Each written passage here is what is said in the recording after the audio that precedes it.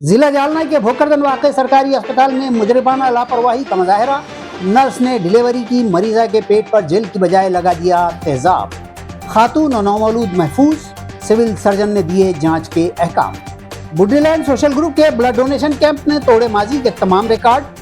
Camp میں 777 افراد کے عطیے سے جمع ہوا 777 یونٹ خون۔ بالآخر مخالفتوں کا سامنا کر رہا ہے اول تا پنجم ہندی کو لازم کر دینے کا سرکاری فیصلہ حکومت نے لیا واپس۔ وزیر اعلیٰ فرنویس نے کیا اعلان۔ ناظرین آداب عرض ہے، ہمارا ایشیا خبرنامے کی اس پیشکش میں میں ذکی صدیقی آپ کا استقبال کرتا ہوں۔ اب خبریں تفصیل سے۔ جالنا ضلع میں بھوکردن کے سرکاری اسپتال کی نرس نے ڈیلیوری کے لیے لائی گئی ایک خاتون کے پیٹ پر دوائی والے جیل کی بجائے خطرناک ایسڈ لگا دیا۔ مریضہ محض معجزاتی طور پر اپنے بچے کے ساتھ محفوظ رہی۔ ضلع سول سرجن نے لاپرواہی کی تحقیقات اور کارروائی کا حکم دیا ہے۔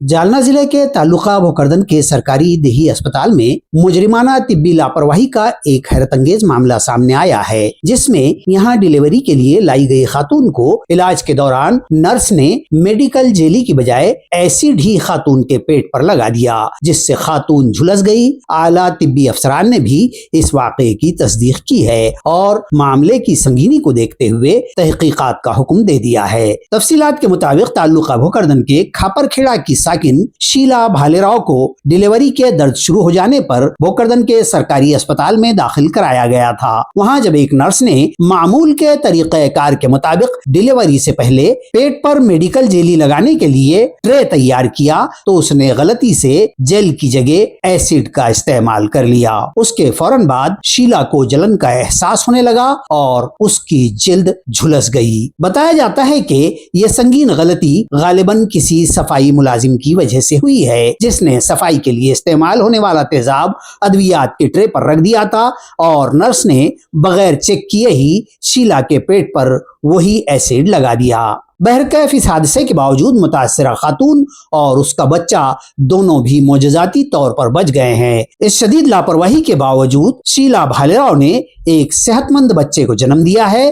ڈاکٹروں کی فوری نگہداشت کے باعث ماں اور بچہ دونوں کی حالت مستحکم ہے۔ دریا اسناد ڈسٹرکٹ سول سرجن ڈاکٹر آرس پاٹل نے واقعے کو سنگین لاپرواہی قرار دیتے ہوئے اس معاملے کی تفصیلات کا حکم دیا ہے اور قصوروار و غفلت برتنے والوں کے خلاف سخت تادیبی کارروائی کے انتباہ دیے ہیں۔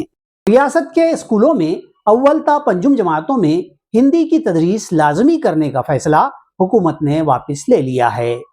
اس طرح فیصلے کے خلاف مانسون کے اسمبلی اجلاس میں حزب اختلاف کی جانب سے گھیرے جانے کو وزیر اعلیٰ فرنویس نے قبل از وقت ہی لگام لگا دی ہے۔ مودی حکومت کی نئی تعلیمی پالیسی کے تحت سہ لسانی فارمولہ نافذ کرتے ہوئے مہاراشٹر کے اسکولوں میں اول تا پنجم ہندی کی تعلیم کو لازمی قرار دینے کا فیصلہ حکومت مہاراشٹر نے کیا تھا۔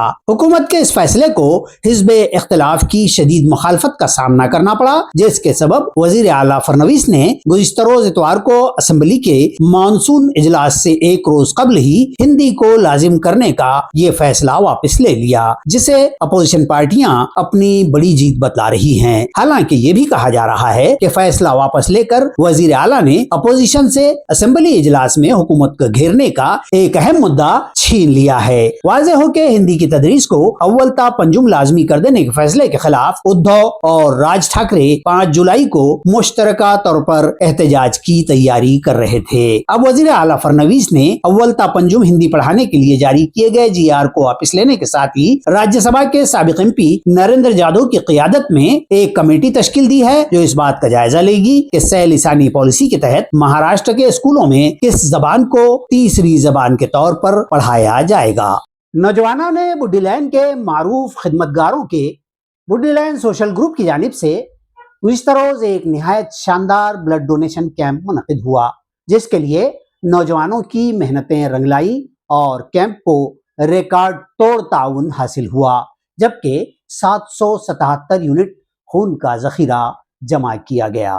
اردو کے مشہور شاعر الطاف حسین حالی نے کہا تھا، کرو مہربانی تم اہل زمیں پر، خدا مہرباں ہوگا عرش بری پر۔ بلا شبہ خون کا عطیہ وہ عظیم عطیہ ہے جس کے ذریعے خون کا عطیہ دینے والا انسانیت پر وہ مہربانی کرتا ہے کہ جس سے موت کے قریب پہنچ چکے کسی مریض کی جان بھی بچائی جا سکتی ہے۔ پچھلے دنوں اسپتالوں سے یہ اپیلیں کی جا رہی تھی کہ اسپتالوں کی بلڈ بینکوں میں خون کے ذخیرے کی شدید قلت ہے، ایسے میں ضرورت مند مریضوں کو خون دیے جانے کے معاملے میں شدید دقتوں کا سامنا تھا۔ شہر کے تاریخی علاقہ بڈی لین میں نوجوانوں کا ایک خدمتگار اور یہ جیالہ گروپ پچھلے کئی برسوں سے روایت کے مطابق ہر سال شہر میں ایک عظیم الشان عطیات خون کیمپ منعقد کرتا آیا ہے۔ گزشتہ روز بھی مذکورہ گروپ کی جانب سے ایک شاندار بلڈ ڈونیشن کیمپ تاریخی جامع مسجد کے انعام ہال میں منعقد کیا گیا۔ یہ کیمپ صبح سے رات 10 بجے کے بعد تک جاری رہا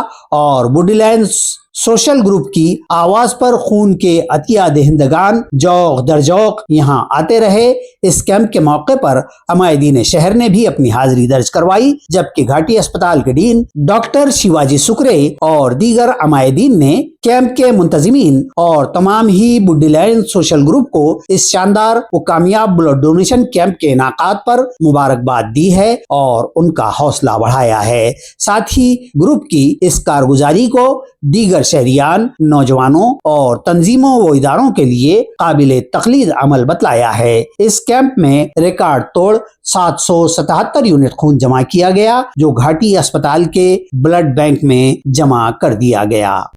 جالنا روڈ پر جاری کارروائی میں چکل تھانہ کی 645 تعمیرات گزشتہ روز زمیں بوس کر دی گئیں، جبکہ ساکنان گرائے گئے گھروں سے اپنا ساز و سامان سمیٹتے چنتے دیکھے گئے۔ اسی طرح ناجائز قبضہ جات ہٹانے کی مہم آج بروز پیر سے پیٹھن روڈ پر شروع ہونی تھی۔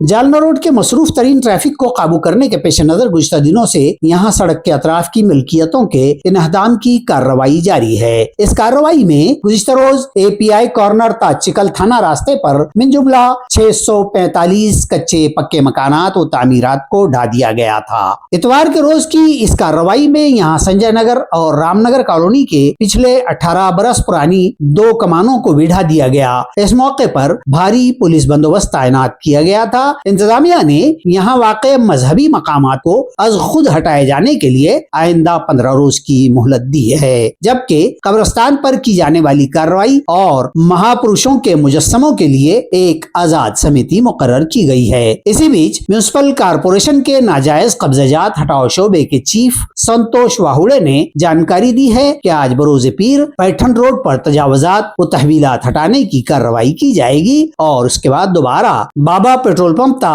سیون ہلز انہدامی کارروائی شروع کی جائے گی۔ اس طرح کا خلاصہ بھی سنتوش واہوڑے نے کیا ہے۔